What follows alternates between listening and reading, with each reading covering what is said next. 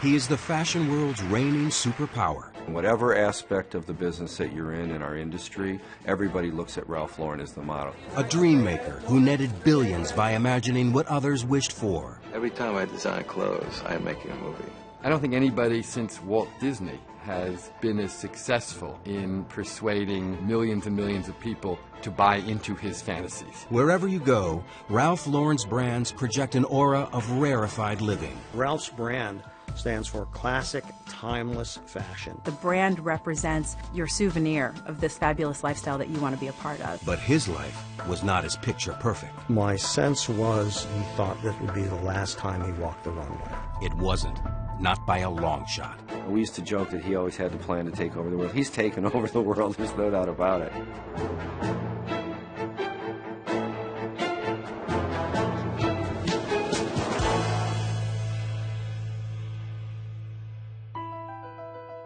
Ralph Lauren is the most famous one-man brand on the planet. A brand that is synonymous with a superior lifestyle. Ralph always knew that he wouldn't win if he didn't take risks. And he's always pushing the envelope. He keeps himself awake at night. He's worried that he's going to fail. He's obsessed. He's brilliant, he's irascible, he's difficult, and he can also be kind and interesting and sweet. He's a huge bundle of contradictions. Lauren insists that the images he creates communicate his story and did not participate in this show. Before he was Ralph Lauren, he was Ralph Lifshitz, the youngest of 4 children who wore his brother's hand-me-downs. Born in 1939 to Jewish immigrant working-class parents, he grew up in the Bronx, New York. His father was a house painter and amateur artist. Living with someone for whom aesthetics mattered would, of course, affect a child in that household. Michael Gross is the author of Genuine Authentic, the real life of Ralph Lauren. He went to yeshiva, and he wore a yarmulke, and he wore all the other paraphernalia of Orthodox Jews every single day. He told me that at the very beginning, when he was living in the Bronx, he would go and escape to the movie theater and literally fall into the fantasies of the movies of that era, which was really, one of the great movie-going eras, the late 40s and early 50s. Warren Hellstein is one of Lauren's boyhood friends. We all, as kids, looked at the movie screens and the actors and how good they looked. I know Ralph particularly liked Fred Astaire. And he truly did project himself into the scenes in which men like Gary Cooper and Cary Grant were playing. He sees the characters that populate his dreams and his visions. And that vision, that ability to step into a fantasy world, Ralph brought to the fashion business. In one of his only 2 major television interviews ever, Lauren told Charlie Rose back in 1993 about the enduring impact of those experiences. I was very influenced by movies. I was very influenced by a world that had a sense of dream, that had a sense of something else. And what I was influenced in these places was the good guy, the Hopalong Cassidy, not the corny guy, but there was the man on the white horse. My sense was I had an integrity inside me about what I believed in. I did it honestly, but I had a point of view. I was very strong. Warren Hellstein says that when they were teenagers, Lauren asked Hellstein's father, a tailor, to make him one of his first suits. But I remember going down to my father's place with him, and it was very difficult. Just said to my father, Dad, do whatever he likes. He says, I can't please him. I said, okay, that's it. Even though he was a perfectionist, Lauren was a guy's guy. He liked basketball best, I would say. It was okay. We were all good. How are you? In 2011, when Oprah Winfrey came to interview him on his Colorado ranch, Lauren shared his earliest ambitions. Did you always want to be a cowboy? I wanted to be a baseball player. I wanted to be a basketball player. I wanted to be an actor. I wanted to be a dancer. Actually, I wanted to be Batman. If that's a secret, I'm telling you, and everyone out there. When he was in his late teens, he and his brother Jerry opted for a name change. As Ralph said to me, the problem with the name Lifshitz is it had the word in it.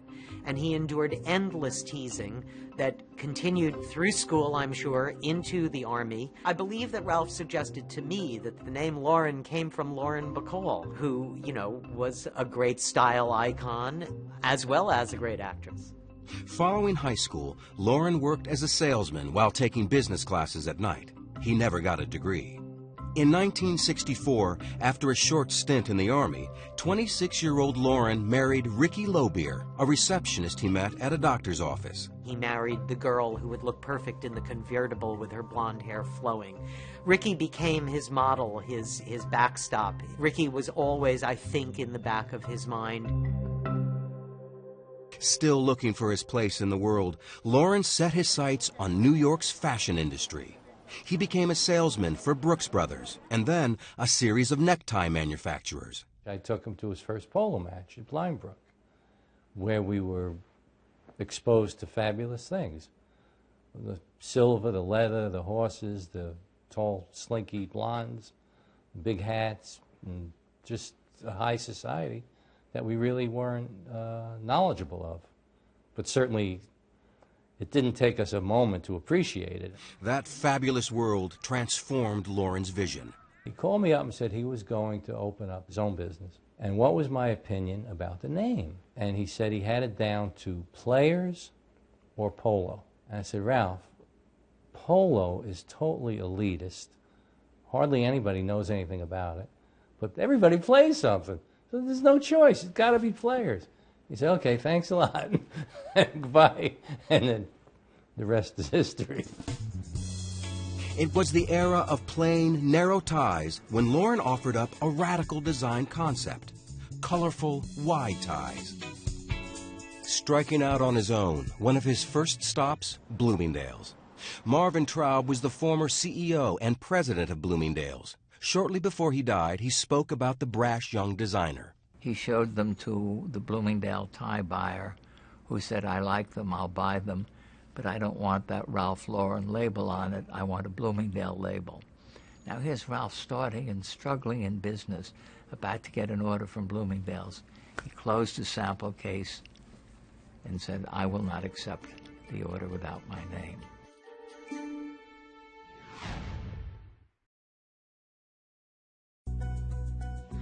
Several months after Ralph Lauren walked away from an offer at Bloomingdale's, the renowned store called him back. I thought the ties were terrific, and if he wanted his name on it, that was fine, because I felt the ties would sell. And they did. Other well-known names in men's clothing also wanted in, including Paul Stewart and Neiman Marcus.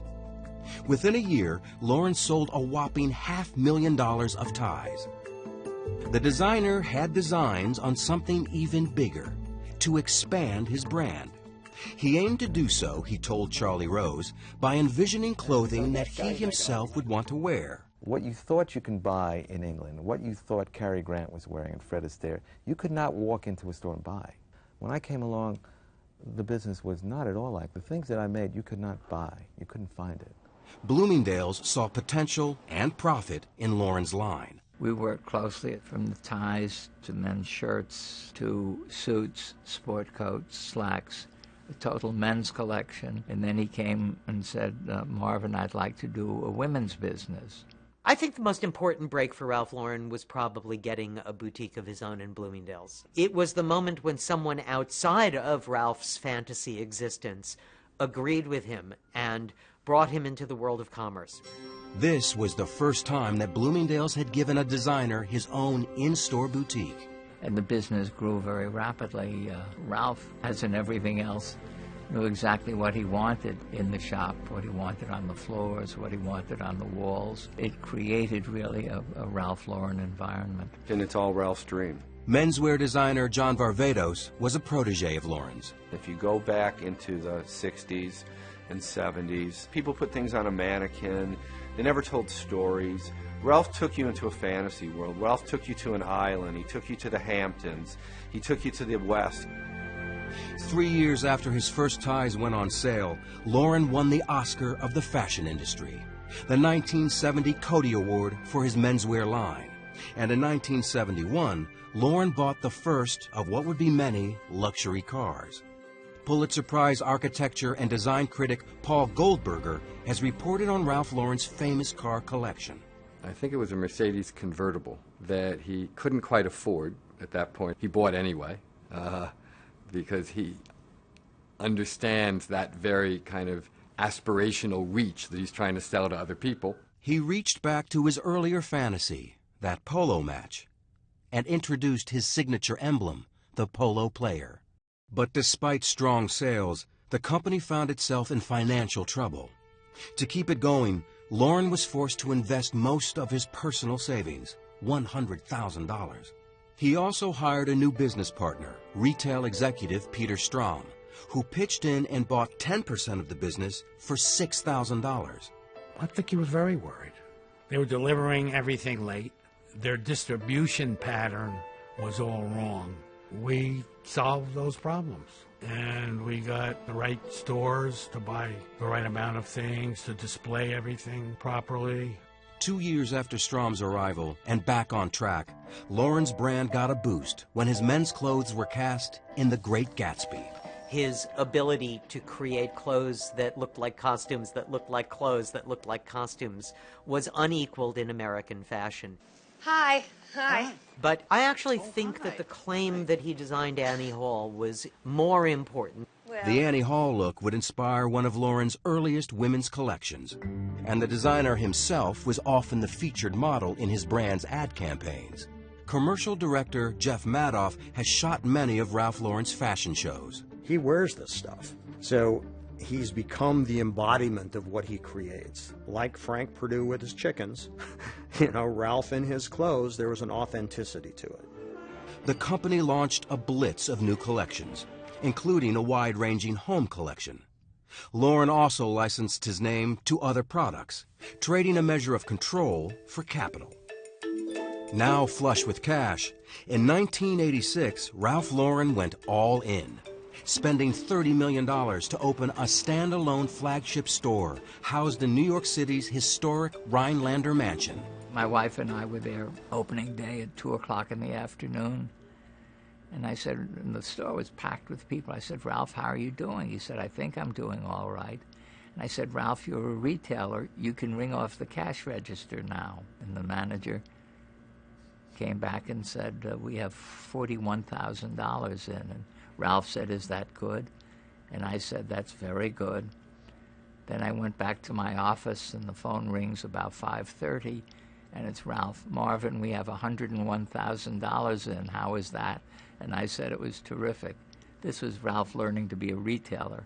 I think it told his story to the world. Anybody who came to New York, it's like on the tour guide of New York, You understand Ralph Lauren's message very clearly when you go through there. When you walk by those windows, you get it. As the business continued to grow, Lauren pushed his employees harder than ever. There's a vast team of designers and creative executives.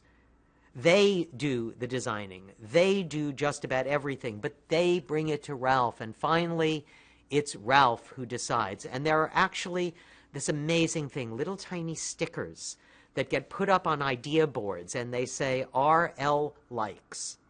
And in that act, Ralph Lauren takes possession of those clothes, of those designs, and deserves the credit. Ralph pays more attention to detail than anybody I've ever met in my life. And when he is designing and he's looking at the clothes, he'll look and want a lapel ever so much more peaked or ever so much narrower, or he likes the plaid but he wants it to be bigger. In 1986, the estimated worth of the privately held company was $600 million, and Lauren, not his models, was the cover shot. It would seem that life couldn't get any better for Lauren when he launched his next women's collection. But behind the scenes, something very alarming was shaking up the famed designer. We were at top of the St. Regis Hotel, and the finale of the show, Ralph came out, and I saw his face unlike I had seen it before. And I saw he was fighting back tears. I started crying, because there was something going on. I didn't even know what it was. It was just visceral. No one but those closest to him knew that Lauren had been diagnosed with a brain tumor. It was one of those things that you just didn't want to believe. Couldn't happen to Ralph. What did it mean for the future? There was all those questions at the time.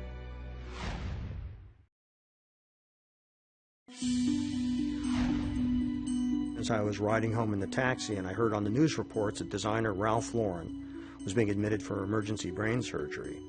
Wow. Oh, yeah, my God. Sure, I worried. I felt so bad for him, you know. Fortunately, the tumor was benign.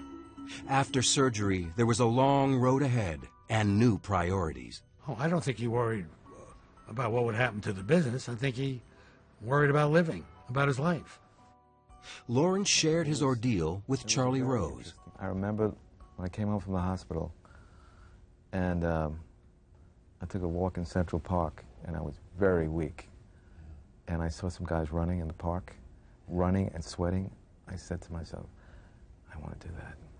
Several weeks later, Lorne returned to work. I think he came back even more aggressive than ever. But I think he was a little bit more relaxed, a little bit more laid back, and maybe was valuing every moment a little bit more. He launched a fitness wear collection and created a top-selling perfume. He spent millions promoting these lines and the product universe surrounding them.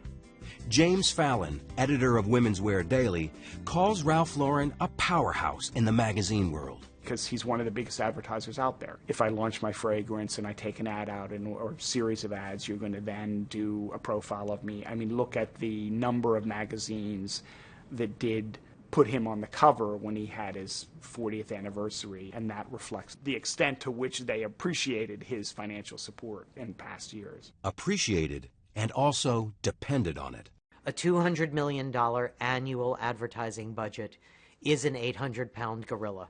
Ralph Lauren sits wherever he wants, and if that's the cover of your magazine, Ralph's going to be there.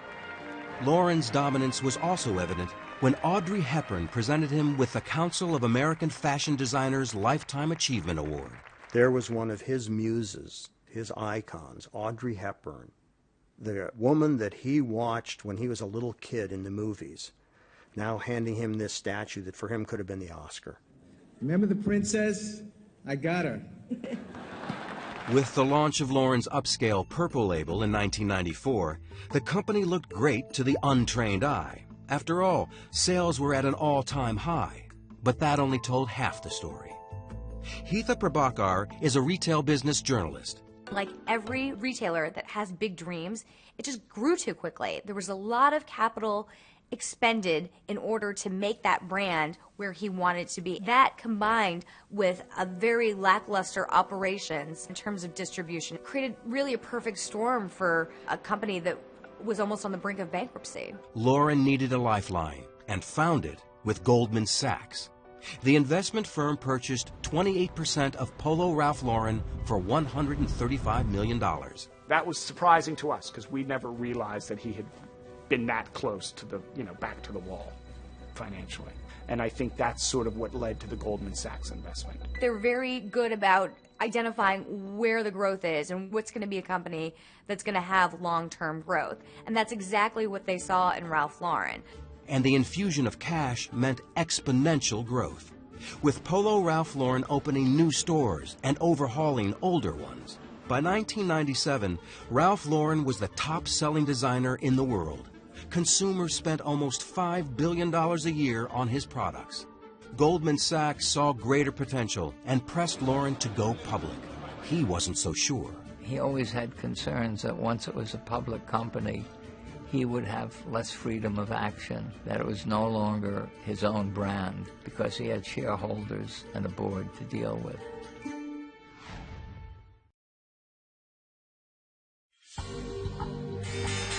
Despite his initial reservations, Ralph Lauren decided to take his company public in June 1997. Liz Dunn, a retail analyst at Macquarie Capital, has been tracking Lauren's company for years. Part of the challenge with going public is that investors want to see growth quarter to quarter, year to year, in a very consistent, linear fashion. And so I think in the early days of the company's history as a public company, they sort of struggled with that. When he first went public, we would cover his annual meetings, and he would stand in front of his shareholders going, Wall Street doesn't understand me, our shares are just sitting there, they don't really move, I wish they would get what we do. Lauren was now working to satisfy his shareholders. The company began to sell in more stores, but sales growth slowed and profit margins declined. and 16 months after its opening day high of $33 a share, it fell below $17. I know that it tormented him. We talked about it. He talked about it. He was frustrated that Wall Street couldn't see what was abundantly clear to him and always had been since 1967, that he was it, that he was the guy. It drove him crazy.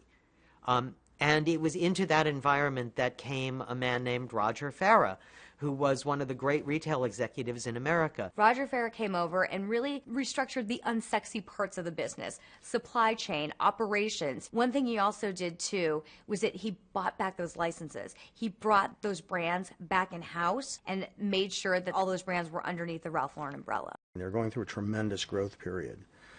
And I had suggested that we put together something that really codify the Polo brand message. And we called it Ralph Lauren Philosophy.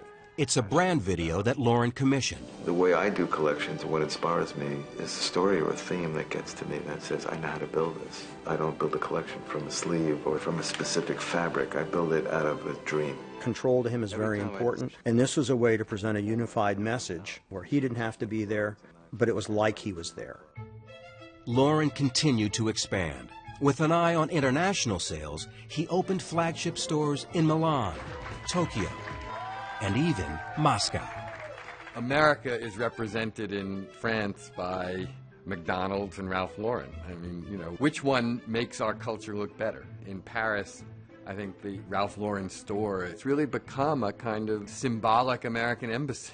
But in the summer of 2012, the all-American designer was attacked when news reports revealed that the Team USA uniforms Lauren designed were not made in the USA. Made in China. This is China. China! I think they should take all the uniforms, put them in a big pile, and burn them. The company said the uniforms for the 2014 Winter Games would be produced in the United States. Throughout his career, Ralph Lauren has carefully cultivated his own image. He has homes on Fifth Avenue, in Jamaica, Long Island, and Bedford, New York, as well as a 17,000-acre ranch in Colorado, where he spends time with his wife and 3 grown children. He also spends time and lots of money on his pet passion. Cars are fun and toys, and they all offer you a different experience. To me, they're works of art. This 2010 promotional video announces a Paris exhibit of some of Lauren's 60-plus vintage cars. He once told me his car collection is something he does first because he just loves cars and responds to them, and he doesn't collect art, unlike most people in his income bracket. He said, you know, you can't drive a painting, and he loves the idea of being able to take any of his cars and drive it around on a Sunday afternoon, say. Paul Goldberger says that Lauren has changed some of the car's original colors. He sort of looks at something and says, this is wonderful and exciting and beautiful, but it actually could be even better, and I want to make it even more perfect. For 40 years, Ralph Lauren's pursuit of perfection has kept him firmly in charge as CEO and chairman of the board of the company that wears his name. I think that small symbol of the polo pony is enduring, and it's something that customers over a long period of time have chosen. This is probably the best long-term story in my coverage because there are these variety of growth opportunities that are really driving a doubling or more of sales over the next several years. The former tie salesman at age 72 is one of the world's wealthiest people, worth $7.5 billion. I think that the last piece of Ralph Lifshitz that remains in Ralph Lauren is a kernel of insecurity. And it is the fuel that runs the engine, that runs the person who personifies the brand. Ralph doesn't sit on his laurels for 1 minute. Not for 1 minute. I mean, you can enjoy the moment, but you have to understand that you have to keep things going, and you can't be a one-trick pony. Speaking of ponies.